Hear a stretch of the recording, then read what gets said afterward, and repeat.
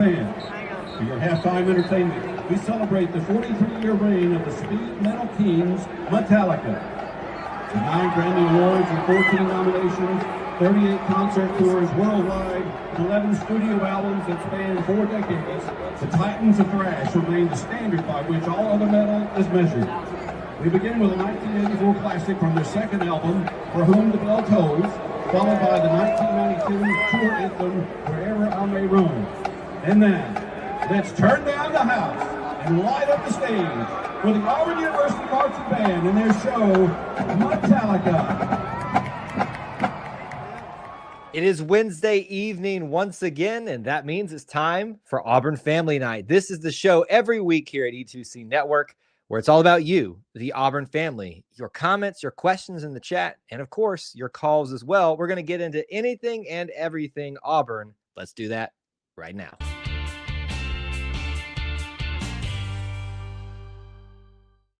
War Eagle, everybody, welcome back to another edition of E2C Network Live, where we discuss the Auburn experience. That Auburn experience to us is all about a few things: Auburn sports, Auburn culture, Auburn family stuff. An easier way to say it is if it's orange and blue, it's what we do. So thank you so much in joining us in what we're going to be doing this evening on the Auburn Family Night Show. Thank you guys so much for joining us once again, whether you're live on the replay. We appreciate you being here and being part of our little family within the Auburn family. As is always the case on Wednesday nights, we love to welcome you in to an opportunity for you to take center stage. We're going to take those comments and questions from you in the chat, so don't be shy. Go ahead and get those going right now. Go ahead and let us know you're here. You can start off by smashing the like button, hitting the share button if you're on Facebook or Twitter, the retweet button, I guess, or X button, whatever it's called these days. All of those things you can do to help the show out. And we will begin to take some phone calls here very, very shortly. And you will look on YouTube and find that call-in link available to you. There's 1,000 different things that we can talk about each and every week on the Auburn Family Night Show. We'll give you a few of those things to think about, but go ahead and gear up with your comments and questions. And if you'd like to get in line for the call-in link tonight, you can do that right now. Just click it up at the top of the YouTube channel. The YouTube chat, and you'll get in line. You can be on camera, off camera.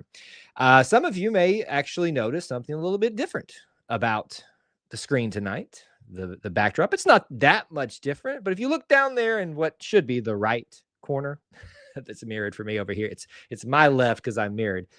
You will see that we are proudly sponsored on the Auburn Family Night Show by Barner Supply. We are so excited to get started with them on a partnership here on the Auburn Family Night Show, and we are excited that they have decided to trust in us to spread the news about their brand. So many of you will know about them already on X especially, but we're helping them reach out to other audiences out there as well, and they already do just such a great job of doing that themselves. But BarnerSupply.com you want to go look at. They are bringing you the call-in link this evening. Thank you to them for being the sponsor and presenting Auburn Family Night shows this evening. Okay, let's get rolling here. Let's start getting the juices flowing for what you guys want to talk about, what you want to discuss. Kevin and WT are already checking in with us on the chat room. Good to see you guys early and often. Let me give you some things tonight to think about what we want to discuss. If you looked at the headline or the title of tonight, obviously we are sitting for the first time together on Auburn Family Night post basketball season. Now, I know there's a lot of mixed emotions with that. There's a lot of pride that comes with what this team accomplished this year, and certainly we want to spend some time honoring that. But we also are disappointed that we didn't end up in the championship game where a lot of people felt that we were going to end up, and rightfully so, the way that they performed throughout the majority in the wholeness of the story of this basketball season. But certainly, I think there's a little bit of that tonight. We can break down, decompress, final thoughts on. I know most of you are focused on the future aspects of Auburn basketball, and certainly there are some of those today and yesterday and the day before that and the day before that started kind of circulating all the different things. There were stories being broke, and then there were clarifications for stories. There were more stories today about transfer portals. and things like that. That's definitely something we can discuss on the table today. The more part of our show, the more Auburn topics is wherever you want to go with that. Auburn football is sitting here in the middle of spring practice, towards the end of it, mind you, with A-Day weekend coming up. I am so excited to be going to A-Day, the practice, not the game. We're talking about practice. That's on the table for us to talk about today. We had some interviews we posted at the athletic department provided. If you haven't seen those, some Deuce Knight. Alex McPherson gave a very encouraging update about his health. So for a lot of you who have been wondering about that, I would highly encourage you to go watch either the full tape of all the interviews we put out or just the clip kind of breaking down that for himself. I know that's been a topic a lot of people have been interested in. Softball's in the middle of a doubleheader right now. I think they won the first game, and I think they're trying to come back in the second game. That's obviously a live portion of the show here.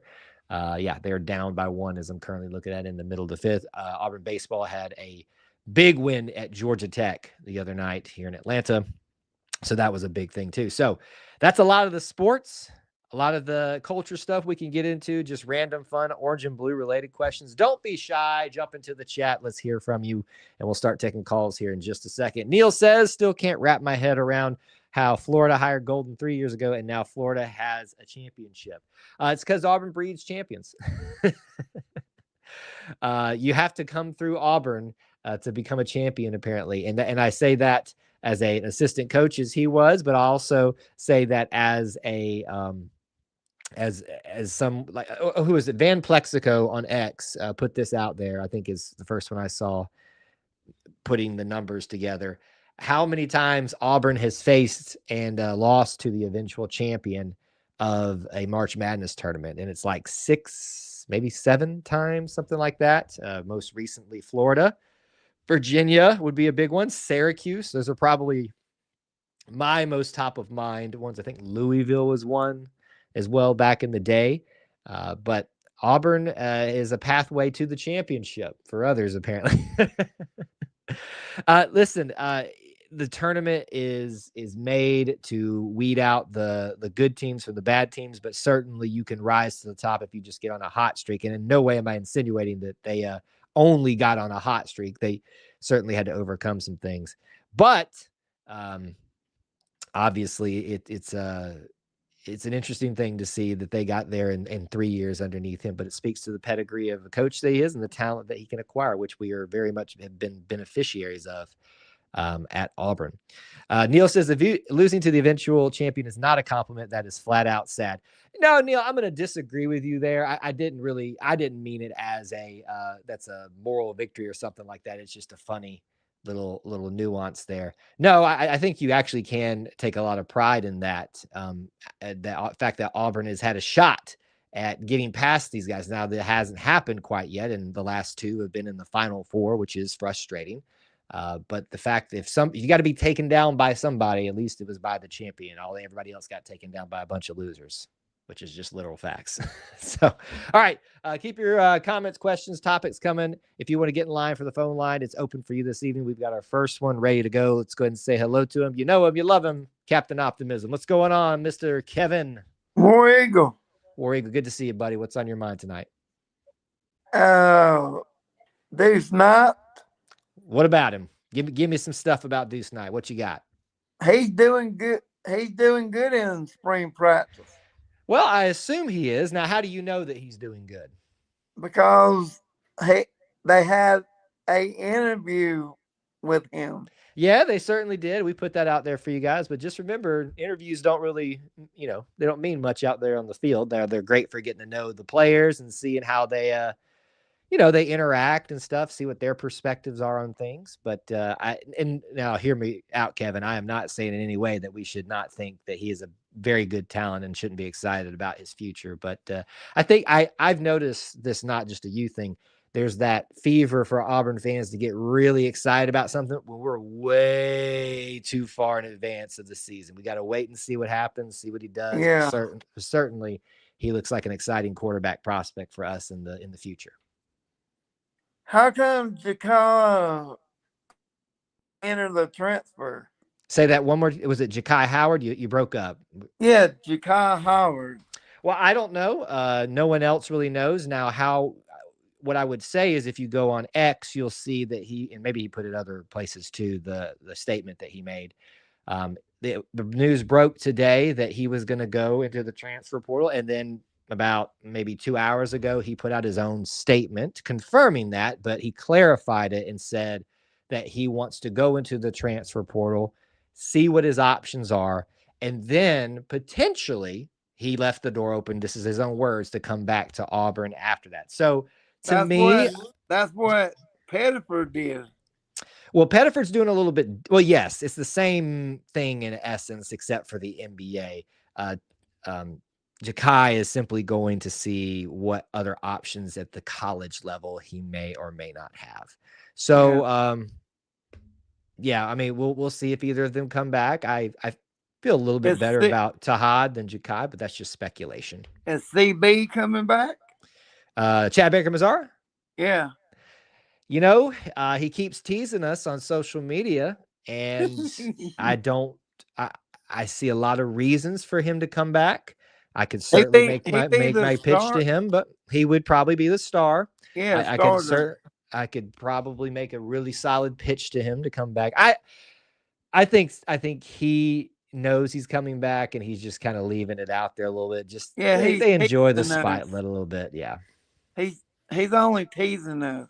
Yeah, probably so. We'll see if that ends up being true, but I hate to get my hopes up and be disappointed. But how many touchdowns Cam Coleman have this season? Are you asking me? Yeah. I mean, he's not unheard of with his talent, and last year to get multiple touchdowns in a game. So let's say he averages 1.5 per game. Then maybe we're talking about him hitting 10 more than 10 in that. I'm doing the math in my head, so that'd be 18. That'd be 18 in a regular season if I'm doing my math correctly. I think he will have 20 in a season. He might. I think when I heard myself do the math and estimate 18, I think 18 is a little high. I think if he gets double-digit touchdowns, let's say if he hits like 12 or 13, I think that's a pretty solid year. You know, you couple that with maybe getting close to 1,000 yards. That's a great year. And Eric Cemetery. What about him? He's good. Yeah, when you talk about people, are they good or are they not? I put a little bit more stock in the transfer portal guys because they've had experience. He's a guy that's had experience at the Power 4. That's what we call it now. Power 4 level. So I feel a little bit more confident that he's for real. I will miss Jaquez Hunter. I know you tell me that every week, and I feel like you are his biggest fan. I know you wear the hats for him. We're all going to miss Jarquez, though, as the running back. I don't know if I'm coming to the A-Day practice or fan day. I know you keep teasing me that one day we're going to meet each other in person at one of these Tiger Walks, and it just never happens. So I'm sorry to hear that you maybe not make it, though. I want to, but well, I know you're trying. I know you're trying. I think my sisters might come down here. Okay. Well, will happen one day, and we'll when that happens, we'll get us a picture and share it out on social media so everybody can say it finally happened. I might try get a ticket for Ball State. Ball State would probably be a one that there's some room for right now. And I would recommend that you get your tickets early this year just so that. And South Alabama. That's probably a good one as well. Yeah. I think South Alabama that's first game of the season. Of the home season. September 6th, we're honoring Pat Dye. Yep, I saw that as well. That'll be a cool one to be at. Lots of cool reasons. September 13th is our homecoming. Yep. Too early in my opinion, but that's a soapbox for another day. It's a soapbox. All right. Let's see. Tell me, who do you think is going to, I know we're not playing a game with the spring 8A situation, but who do you think is going to be the biggest star at practice on 8A Saturday? Cam Coleman. Pretty easy, pretty safe bet. I think you might be right. I hope that maybe somebody else. Or Bryce Kane or Malcolm Simmons or Perry Thompson. Basically, you heard it here first. It's the wide receivers, folks. It's the wide receivers. All right, Mr. Kevin. Once again, we always love hearing from you on the show. Thanks for hanging out with us this evening, and we'll be happy to War talk. Eagle. War Bye. Eagle. We'll talk to you next week, okay? Okay, bye. All right, bye. All right, that was Mr. Kevin. You guys can take advantage of the call-in link as well. Don't be shy. Don't miss out on these opportunities. I know we're winding down in the year, but go ahead and use the call link again. Brought to you by our friends at BarnerSupply.com. If you are somebody who is proud of your barning heritage, this is the company that you want to get in line with here. We got some great hats and all kinds of other apparel and gear and stuff. Lean into that. The Bama fans hate it when you take away their jokes. All right, let's get some comments going. Let's get some questions going. What do you got here? What do you want to talk about? Otherwise, I'm going to give you all the different things that I have on my mind and that I focus on. Unbeaten Lake says Florida has had something where if they got down by a lot, they would shut their offense down and then not miss a shot.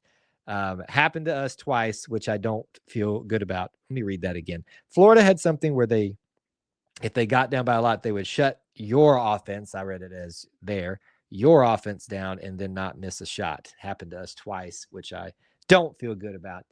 Yeah, certainly you can make the narrative that they are the comeback kings of March Madness for at least this one, with what they were able to kind of finagle themselves out of at times.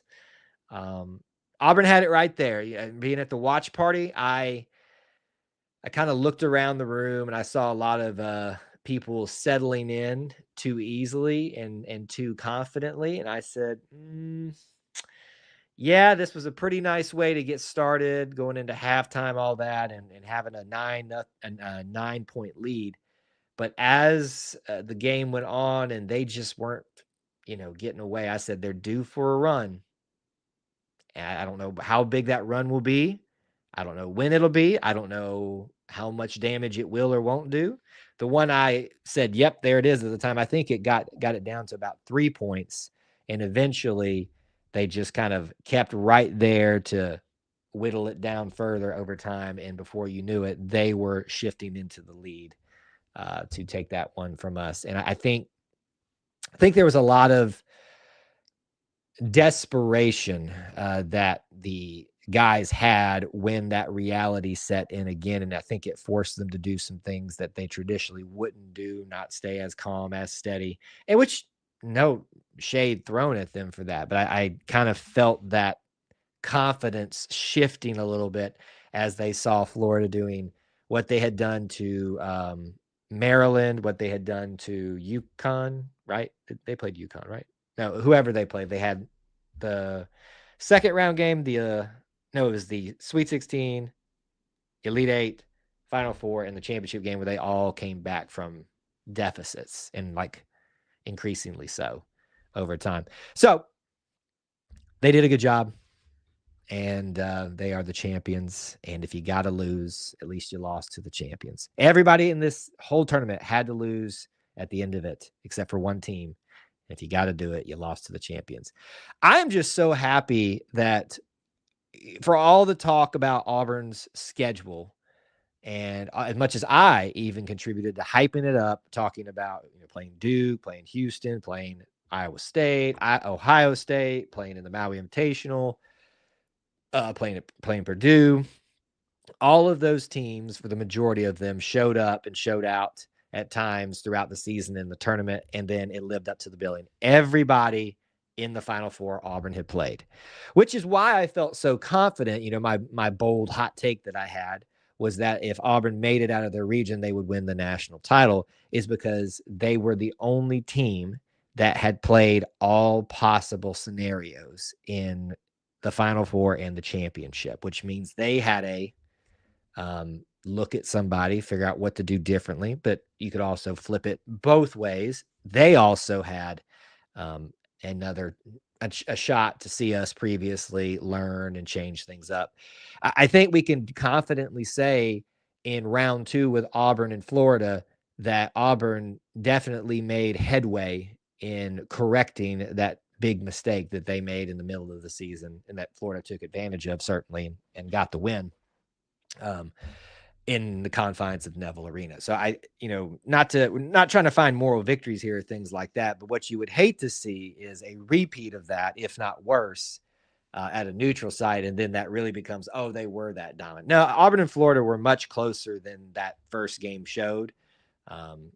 We have to go back and look at what are some contributing factors to when that might have happened. And mind you, you're playing with Janai Broom, who has been through a season of injuries and essentially playing somewhat gimped up, but didn't look that bad. The biggest surprise was Chad Baker-Mazara having to wear a brace on his shooting hand. I think it was his shooting hand, if I'm remembering correctly.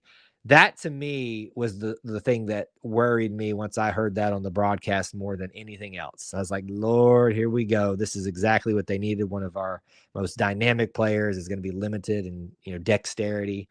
But boy, he wasn't. Leading scorer, right? Yeah, 18 points. And I think Janai had like 15. And probably the reason that Auburn got its lead and stayed in the game as long as it did because of his performance. So one of those narratives at the end of the season and starting the postseason was that Chad needed to step up more offensively, and he did that when Auburn needed it most. We just didn't get enough from everybody else. That's one of the things that I'm going to miss, that I loved about this team, I'm going to miss, is that more often than not, when other guys were not having their typical production offensively, whatever, there was always someone that was going to step up. Now, if you have a bunch of guys not doing that, it makes it a little bit difficult to win games, which we saw at times this year. But think about what happened when we saw Jabari and Walker have their worst games of the season on the exact same day in the tournament. We got out in the second round because nobody else was prepared to pick up that load. There was ample guys that were ready, able, willing to pick up the load, carry it forward, say, I'll put the team on my back this evening. This is from Unbeaten Lake. He says, one of the biggest what ifs in Auburn history. What if Texas Tech hit those free throws to beat Florida? Oh, don't even play that. Oh. Now, I think with what your premise is, and you're asking the question, what if is, but I think where that leads is you're assuming Auburn would beat Texas Tech. JT Toppin is a great player. He's coming back apparently. They seem much more formidable, in my opinion, than what could have been our meetup in the national title game in 2019. Probably should have been. And I think we would have just steamrolled them. I don't know that it would have gone the same way. When we got down to the Elite Eight, the Final Four was the best Final Four that I've watched in some years. And I'm not just saying that because my team was in it. It's the reality. Experts like John Rossney are even saying that. But the Elite Eight was great. Sweet 16, I think, was great as well. Even we didn't really have a true Cinderella unless you count Arkansas. But what if Auburn had faced Texas Tech? I do think they would have won. And I do think we believe it would have happened the same way in that what if scenario, that Houston would have come back and beat Duke and we'd be doing a rematch. And as much as Houston was able to come back against Duke and put up a down to the wire fight with Florida, you got to wonder what would have happened if Auburn and Houston played again. Would it have worked out the same way? Let's see. WT says, not to dismiss failing to win the national championship. That stung after a great year. However, the football-centric fan base fails to realize how great it is to make the Final Four. We did it twice now. Yeah, I think there's a balance you can strike in what you're bringing up here, JT. WT. I saw this circulating, and I think I know where it originated from. I probably don't know their facts. I don't even name names, but I saw this quote and it was very diminishing and insinuating. I don't think it flat out said that if Auburn doesn't win the national title here, then this season was all for naught. And I'm like, no, absolutely not. You certainly are in it to win the game. It's not a failure if you didn't win the national championship. That is the goal, but that doesn't mean it wasn't a successful season. Making the Final Four is an incredibly difficult feat. That is why it has only happened twice in Auburn's history. Not many other teams. Well, I shouldn't say that. It depends on how you would say how many. There are teams that wish they had one. There are teams that wish they had two, and we got two of them. What if they hit their free throws? Lots of what ifs is actually true. We could play the what if game 1,000 times. Auburn Elvis says, I'm willing to admit I might have placed a little too much faith in Robert Morris. I don't think you were putting faith in Robert Morris, Auburn Elvis. I think you were just putting juju on Alabama. And I think you are almost close to being right.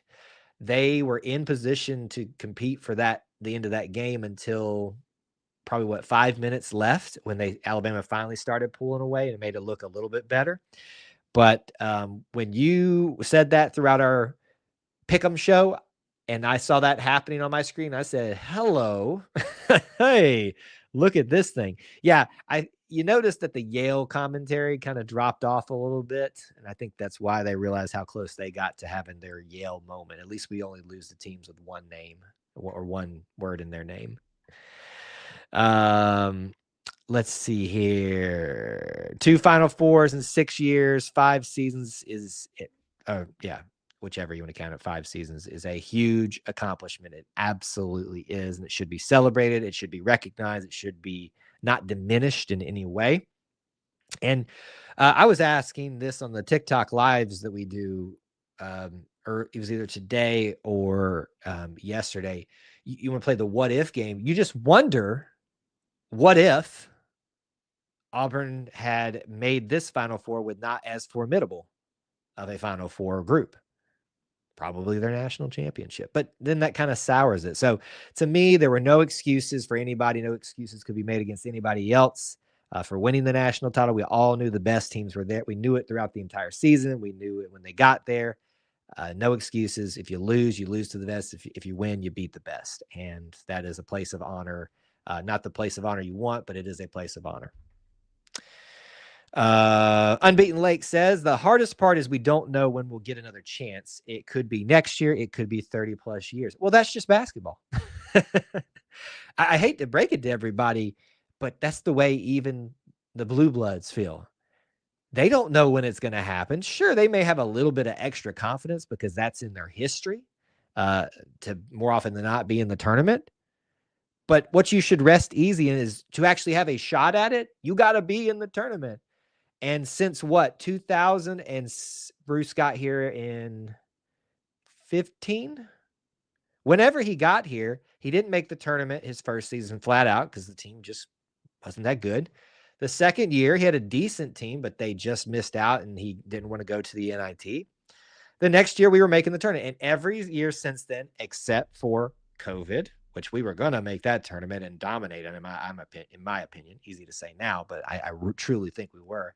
And the probation year, Auburn has been in the tournament.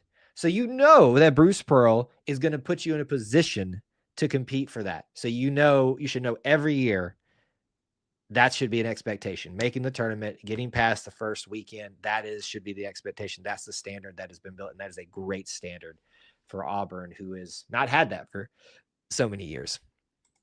Let's see.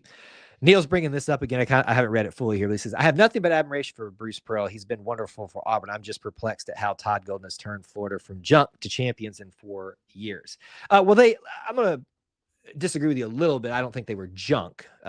There's been much worse teams in states than them, but they were not in a place to compete for a national championship. We can agree on that.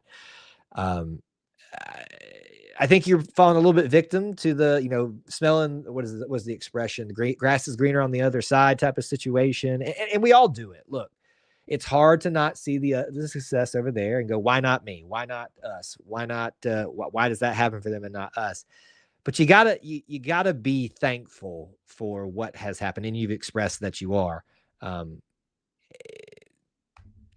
When you recognize the greatness of this season, it makes it a little bit more palatable, not being so close yet again to the mountaintop and not getting there. Think about this. If you feel this bad right now, imagine getting to the championship game and losing the way that Houston lost, not even being able to get off a shot. Hated that for them. And they had the lead for the majority of the game. Florida led for 2.5 minutes or something like that? It was ridiculous. I remember my Florida fans being really annoyed with Golden was hired. How times have changed. Yeah, isn't it interesting? winning was has changed everything. He says no victim mentality here. I'm just trying to understand how he did it with such a short time. He did it by following the teachings and the formulations of one Bruce Pearl, which you can understand why he would do that because look at what he's done with Auburn. I think you're overthinking it. I'll just be honest. And I understand why, but I think you're overthinking it. When you get to the tournament, all bets are off. Certainly the cream of the crop tends to rise to the top, usually. And I would make the argument that even in the case where the ones don't all make the Final Four, the best rose to the top. But it can be anybody when you get into the tournament time. We always talk about streaks, who's playing the best at the right time. Yeah, I mean, that's the reality of what it is. All right, we'll take a couple more comments and questions here. I'm going to give you a reminder that the phone line is open. Please do take advantage of it. We got several of you that have never called in before. And we've got several of you that haven't called in a long time. We'd love to hear from you this evening.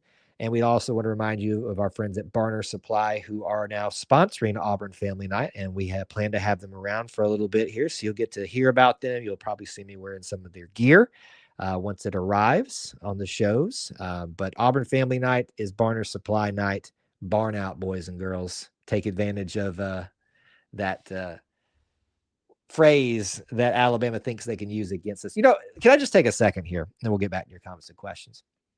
I've always found it interesting that they're making fun of our agricultural background, and yet they literally need us to sustain life for themselves and ag schools, things like that. And we're more than just an ag school. Obviously, we know that. But that's where our beginnings are, our backgrounds are. And I'm like, so you're literally saying you're making fun of us, giving what you need, providing the food for your table. Yeah, that's smart. That's real smart. Anyway, just a little bit of a soapbox for me there this evening. Unbeaten Lake says Billy Donovan did wonders for Florida. They used to be like us, not a very good history. Oh yeah, and that's a good way to think about it. So, unfortunately, now Billy Donovan made it to the mountaintop twice, but sometimes it's what the foundation that is laid beforehand that makes it much easier to step up on into that top. Now, I don't think you can necessarily make that correlation from Billy Donovan to Todd Golden. However, they did have that pedigree. When they bring recruits in, they can show the championship trophies to all that stuff. That's certainly a good thing. But yeah, it can be frustrating to see sometimes when our rivals make it to the mountaintop before us. Let's just be honest, at least it wasn't Alabama. WT says, I don't think people understand how bad Barbie left the program. What Coach Pearl has done is phenomenal, and he did it with the Under Armour on the uniform. Yeah, and that doesn't dissuade it. That doesn't mean that it was more difficult than anything else. And I know a lot of people disagree with me about the move from Under Armour to Nike, which, by the way, we're not too far from that taking effect. Clint was talking about that a little bit today on social media. I think shared his article from today is the anniversary of it when it was announced. And I think Clint and I got on and talked about it a year ago today. So go back and look at that if you want to type in Auburn and Nike, and it's probably one of the videos that'll come up if you want to relive us talking about that, see if some of our speculations about when and how and what might happen may happen. Anyway, that was a tangent. Back to what we were talking about here.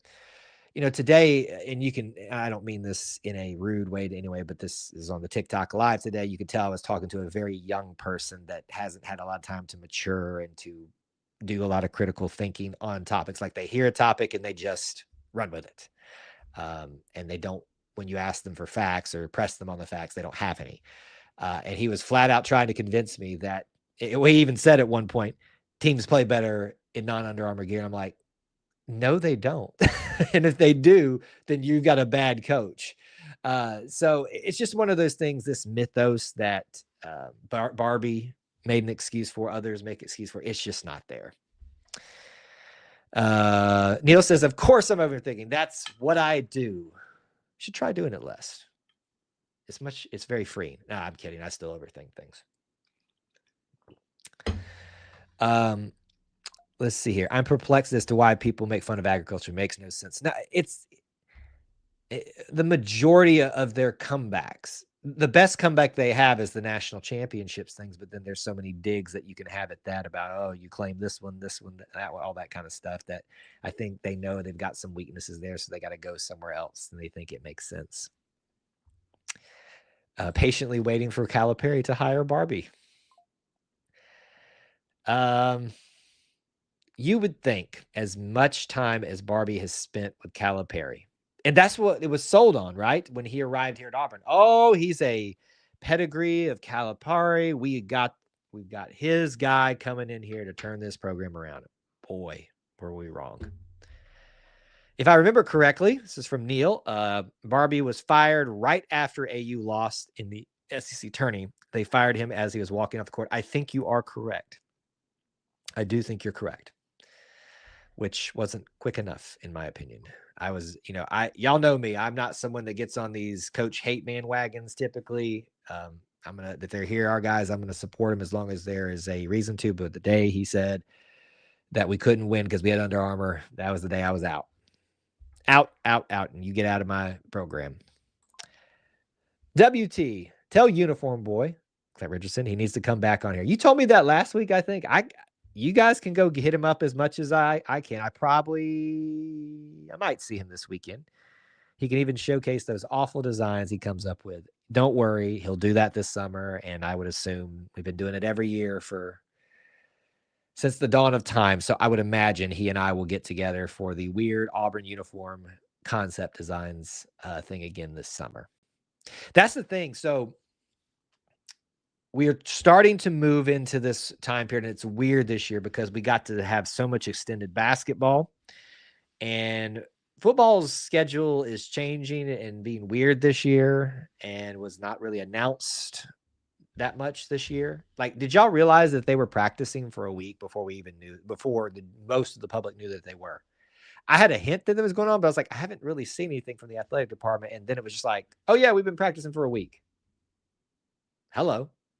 All that to be said, we're about to move into this weird time period where basketball is about to be done, spring football is about to be done, and then of course we care about baseball and softball, the other spring sports. But a lot of you I know start kind of checking out, Tim. But that gives me time to do some more things and think about things. That's why the thumbnail for this show tonight changed. I was like, I got some extra time tonight, so let me work on that. By the way, it does not look like we won. Yeah, we lost the second game of the doubleheader for UAB, but 1 out of 2 ain't bad, and hopefully they'll continue on the momentum they gained this last weekend, beating Kentucky for their first SEC win and SEC series win. Barbie once did his post-game press conference in a bathroom. You can find on YouTube and hear toilets flushing throughout. You're kidding me. No, you're not even. You have to be kidding me. If you're not pulling my leg, Unbeaten Lake, that is outstanding. That is awesome, and so appropriate to what was happening to our program during that time. He literally took a program, and here's the crazy thing: Jeff Lebo had us heading in the right direction. And I'm going to be honest with you. The Jeff Lebo firing feels a lot like the coach Johnny Harris firing for women's basketball, where, yeah, they had a down year after a good year, but it was still heading in the right direction for several seasons in a row. You just wonder, was there other things going on that we didn't know? And I'm not insinuating anything. I'm just, it's so unusual. I feel like you wonder if it was just they wanted to do something new because we had this brand new arena. So I wish Jeff Lebo had gotten to do that because I liked where we were heading with him. I feel like my one-of-a-kind shirt owes its pedigree to Clint. Yeah, he did bring out the crazy that night. We've gotten a lot less crazies over the years here. Have you noticed that? On the YouTube side, at least. I can't think of the last time we were hit by spam, and maybe that's a sign of the times.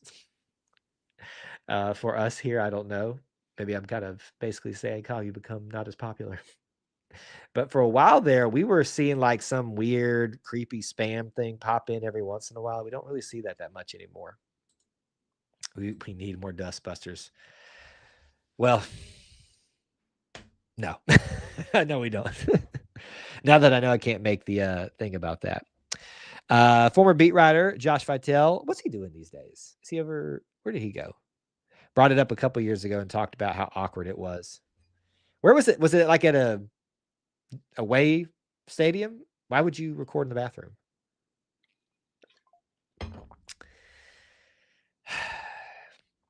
There's a lot of things I look back on in Auburn history, and there's been some not really great coaches that I've been fond of, but I think Tony Barbie's at the top of my list. I shouldn't be that upset with someone blaming Under Armour as the reason they can't win, but now that I have the proof that it wasn't Under Armour, it was you, it just makes me madder and madder. I think my anger at Tony Barbie is reaching levels of my anger at the Vanderbilt court situation, which y'all hear me at. This is the great thing about basketball season being over. Y'all don't have to hear me talk about that anymore. It's done. It's over with. Okay. We have hit a lot of basketball stuff, and certainly we can talk about that some more. But if there's anything else on top of y'all's minds that we haven't hit yet, we're about 41 minutes into the show. Now's a good time to switch gears, or we can keep talking basketball. Y'all know how much I love discussing that, but certainly we've got a lot of other topics out there, Auburn sports or whatever to mention if that's what you want to discuss. WT says, I've been following Auburn basketball since Sonny Smith, and Barbie's the only coach I was happy to see get fired. I can't really disagree with you there. Yeah. I mean, because it's what? Sonny, then who was there was somebody between Sonny and Cliff, wasn't there? Cliff, Lebo, Barbie, Pearl. It's not been a lot of turnover over the years in my lifetime, at least what I would consider turnover. Basketball was great to talk about, Neil. When Clint and I, so for those of you that don't know the history of E2C Network, it started out as one podcast that did everything. And we realized that was just a lot of work. And so we tried to lessen the load, or at least on my co-host at the time. And so I brought in Clint and we did the basketball show Inside the Jungle, which is dormant right now. But that's when I realized I really enjoy talking about this basketball stuff. And if you ask Kyle then, I remember thinking that we did a game versus Texas Tech. We lost. Pearl was the coach. And I was like, when do you think that we're going to be able to talk about these games and have something other than, just so close? Just going back to that time to where we're now, it doesn't feel real. It does not feel real. It just doesn't. I just had a notification pop up. It's not even Auburn related, but it's sparking my memory to remind you guys of something. The Cleveland Cavaliers are the number one seed in the East. That means Isaac Okoro is going to have a pretty good start to the NBA playoffs, maybe make it to the championship. And Chuma Okeke. They don't got Jared and not Bryce Brown, but they got Chuma Okeke and Okoro. I know he wasn't there for that song, but if you want to pay attention to something in the NBA, sounds like you need to be a Cleveland Cavaliers fan, which I used to be before LeBron went stupid. Let's see here. Tommy Joe Eagles. Thank you. That was the name of the coach between that. Thank you. I knew someone would get it. Auburn having 4 losing seasons in football has turned me into a basketball fanatic. Well, it should have been that way before, because the game of basketball is just so romantic. And I don't mean that in a creepy way. It's like that saying, how can you not be romantic about X? Every time I know the whole tournament, that beautiful, amazing, one shining moment video, even years when Auburn wasn't in the tournament, or just was a blip in the tournament and was going to be like a speck on the thing. It was just amazing to know that Auburn was going to be a part of it. This year, if you have not watched One Shining Moment, you are doing yourself a disservice. They did outstanding, putting Auburn in a prominent place throughout it. but in a pivotal part of the song and stuff, where Janai comes walking out, hits that, and that line that's like, the storybook season continues. And Bruce Pearl saying, we're going to the final. It was amazing. It was everything I hoped for outside of winning the national title. Never thought I'd see the day. Never thought we'd have all the Blue Bloods hating us all at once. Yeah, isn't it funny? That's how you know you've arrived. I get the Blue Blood fans sometimes getting all up in a tizzy when I call ourselves Blue Bloods. And I looked at them and I go, you do realize we do that because we know it gets your goat. If you just act like it didn't bother you, we'd shut up about it. But we are the New Bloods. It may not be blue, but we are the New Bloods. The new era has arrived and Auburn is a part of it. And that is scary for a lot of the perennial powers out there. Very, very scary for them. Once Jordan left the NBA, I stopped following basketball. Auburn has lit the fuse for me. Yeah. Isn't it nice to have a reason to at least check in to the NBA? Now, I can't tell you the last time I sat down and watched a whole NBA game. Probably over a decade, beyond a decade, maybe 15 years. But I sure as heck, when I know one of our boys is doing well or is having a big moment come up for them or in the playoffs, I'm going to make sure I know what's going on and see what they're doing, I really love the fact that Chuma and Okoro are on the same team right now. That's my little Auburn heart good.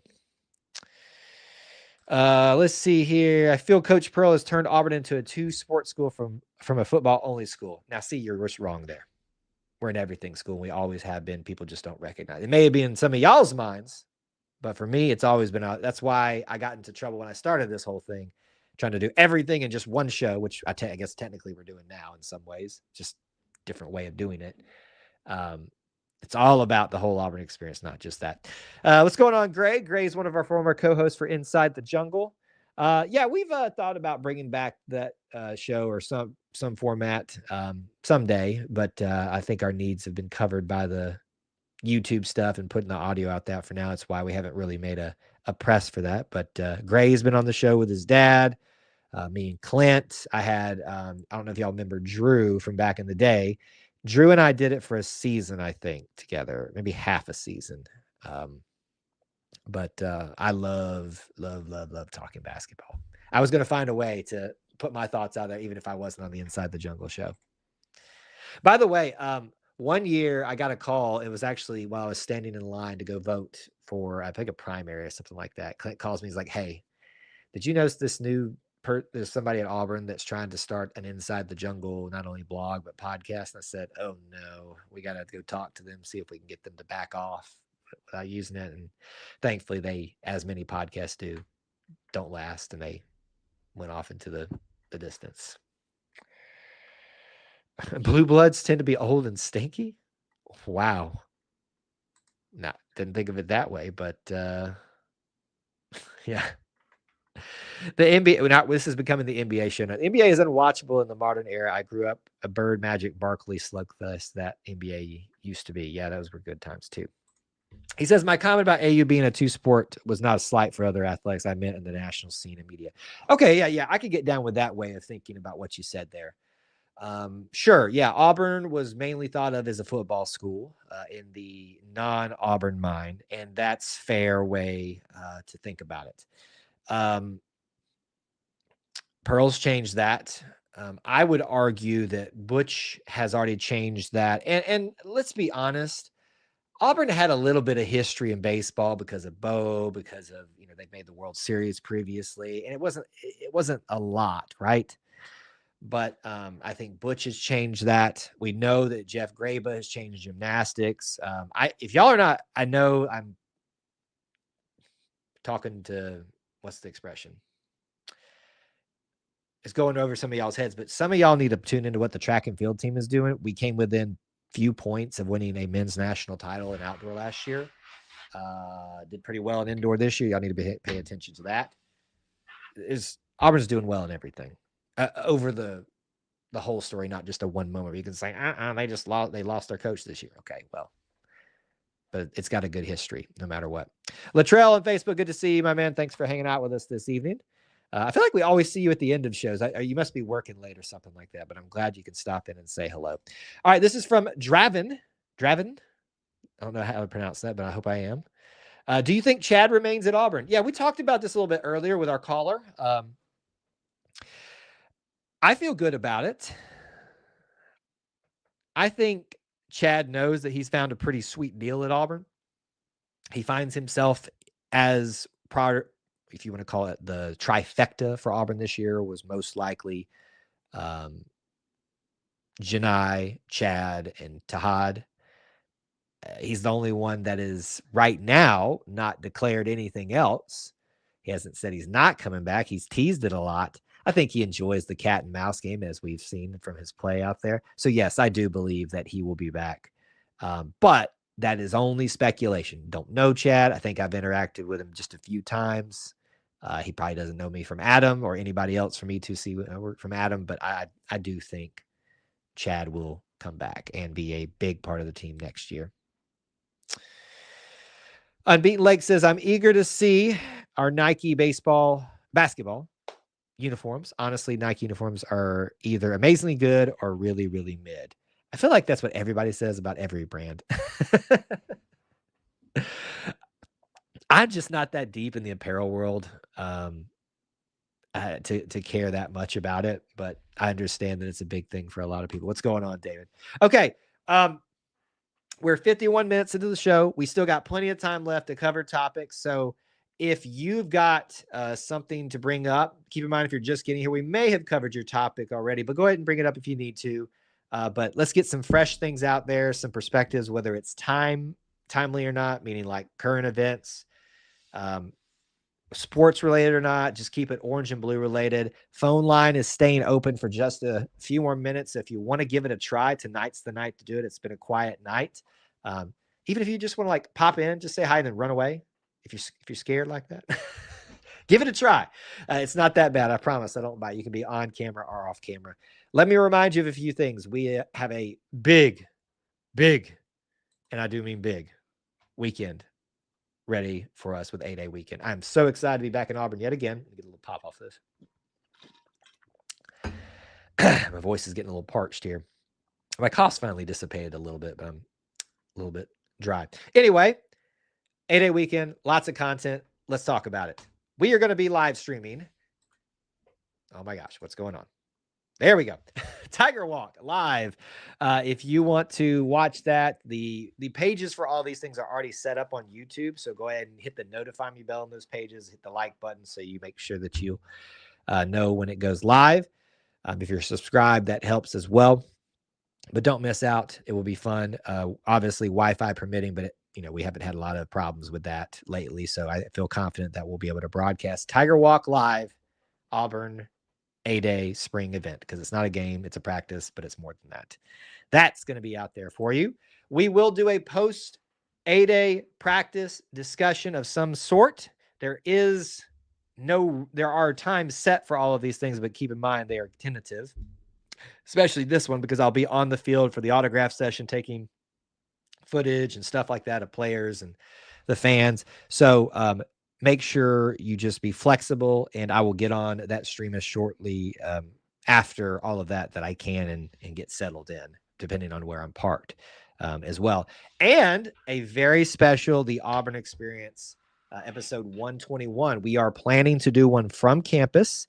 I originally said this would probably be about 2 p.m. Central Time. We're looking now about 5 due to Austin's schedule, but we are working on details to broadcast from a special place. We'll see what we can pull off. At the very least, we'll do it from Austin's studio if nothing else works out. But it looks like it is going to be an absolutely beautiful Chamber of Commerce day and weekend for 8-day weekend and day. I am so excited to be there. So saddle up and get ready. All right, a couple more comments and questions from you all. If I can get this. Oh my gosh, what is it? Okay. And take advantage of the call and link if you want to. And I want to give a shout out to Barner Supply again for sponsoring Auburn Family Night. One more time for Chad. Yeah, it would be great to see him come back. I'd like to see his full story arc come to completion here at Auburn after, what he brings upon himself, but also what people make him out to be. And I think sometimes we take shots at the easiest parts of them troll fans do that, but we, even our own, sometimes are trying to be his parent or things like that. It's just silly. Think that you need to be his parent. But I would love to see him have a crazy into this season. In no way I'm going to say that he's set up like Janai to be a candidate for player of the year, but with his talent, his ability to capture the spotlight, it wouldn't shock me if he somehow found his way into a conversation at some point in the season with what he can do. He can pass, he can shoot, he can drive, he can dunk, all of it. How about a shout out to the director of development, Marquise Daniels? I think he does a great job. Yes. Let me just give I don't have the whole staff listed out here in front of me, so I'm going to miss somebody, but I think we have one of the best staffs ever assembled. I get I'm biased, but what they do, one example is this, a lot of people get a shout out or things like that. Corey Williams, when he was brought in as a assistant coach, a lot of people were kind of like, I know he's taking the place of Alan Flanagan, or not Alan, Wes Flanagan, but what's he going to do? Because there were several promotions and elevations of Chad Pruitt up to an actual assistant, entitled assistant coach. He always was, in my opinion. What was that going to look like? What was he going to do? And he kind of faded into the background, but then you find out that he was very integral to helping Chad learn how to grow in some areas, and Chad's credited his growth, which I think is there to him. So whether we're talking about Marquise Daniels in that role, we're talking about Corey Williams in his assistant coaching role and maybe as a mentor to Chad and other players, whether we're talking about the chaplain, Jeremy, forget his last name, but apparently he knows what we do because he gave us like a little look on the Tiger Walk from Atlanta the other day. And Burgomaster, who I think has been credited as being the defensive coordinator, but also the scheduler for Auburn, associate head coach, son of Coach Pearl, Stephen Pearl, an offensive guy, Ian Borders. We've got an incredible staff, all assembled by Bruce. That all goes back to him. David asked the question, do you think Howard comes back? I feel much better about that after his own clarification on social media today, rather than just the report that broke the story today. The report was he's going to go to the transfer portal. No big shock, though. I mean, nobody was surprised by that, I feel like, if you were paying attention. But he openly said in his thing, I am keeping the option to come back to Auburn open. And I got to say, for all that the kid has been involved with and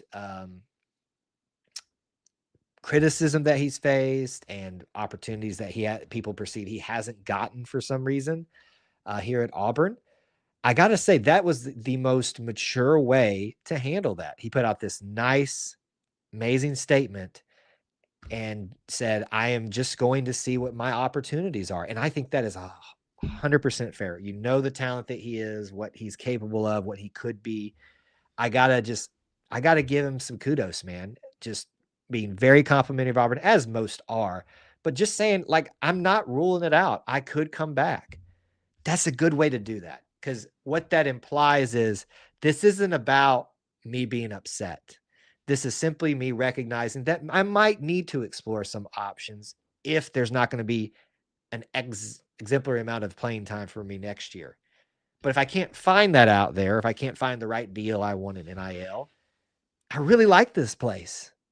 So I'm impressed by Jakai. And do I think he had help forming that statement, all that stuff? Of course. But he still took the advice. And if he came up with on his own, that's great. So I walked away today when I saw that. I was on a walk and read that from him, and we shared his post out after the initial report came out, just going, Jakai, You're all right in my book, kid. You're all right in my book. No matter what's happened this season, you're all right. Unbeaten Lake says, hopefully we can get some bigs to commit soon. We currently don't have a lot of height. Doesn't mean that you can't be a great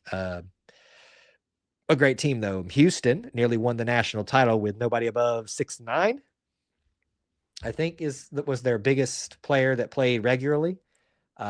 Bruce has found a lot of success with a lot smaller lineups. He's done it with larger lineups, smaller lineups, all that stuff.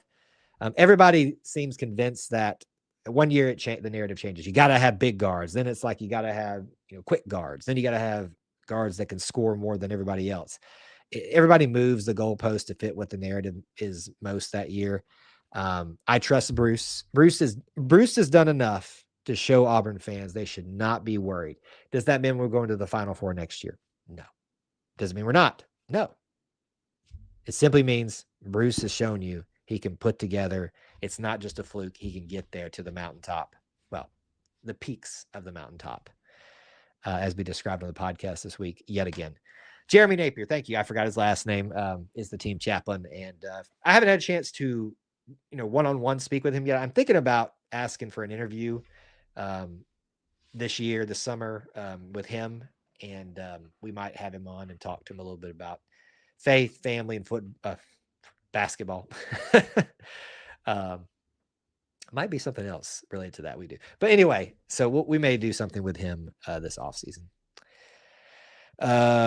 We were kind of spoiled by having Kessler and Janai in the last couple of years. Yes, certainly having a big that can score and dominate the way those two did is extremely helpful. But as we found out, we had Jabari and Walker together, and we went out in the second round.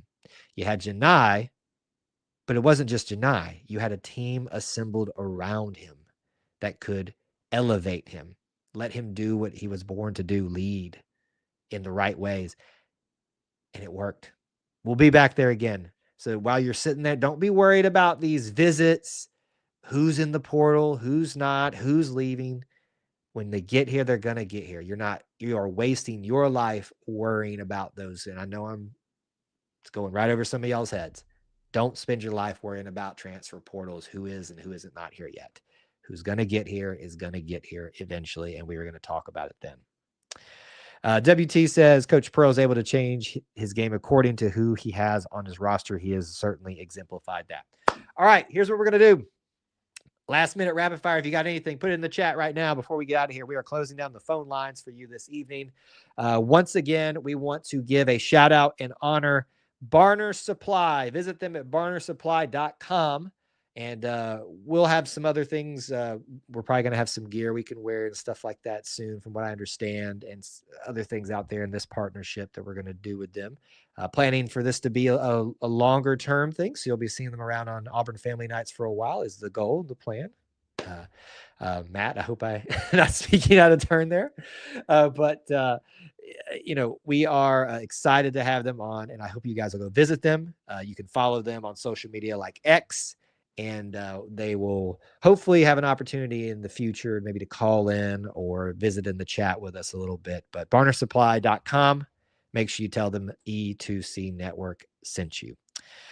Last stuff here before we get out. Tahad needs a lot of credit for this Final Four team. We definitely don't make it without him. Fair. I mean, I think you could make that case for anybody, though. It's not just a Tahad thing. But you saw also with Tahad, I think we're getting to that level where we're building these kids up a little bit too much sometimes. He was still a freshman and had freshman games, but boy, when he was on, he was on. Everybody deserves a lot of credit for this Final Four team. Coaching staff, Latrell says. What about him? I think Latrell's a little bit behind in the video because there's been a couple comments that came in and I was like, I think he's a little bit behind. But anyway, I think we talked about the basketball coaching staff a little bit there at the end. Thank you guys so much for hanging out with us and spending a little bit of time being a part of our family within the Auburn family. We look forward to doing these with you in the future. We'll be back next Wednesday, as far as I know, and there may be one coming up where I'll miss one, but we'll talk about that when that becomes a more realized thing. I just want to thank you guys for being here, hanging out, participating, and being part of our little family within the Auburn family. Until we talk to you again, War Eagle.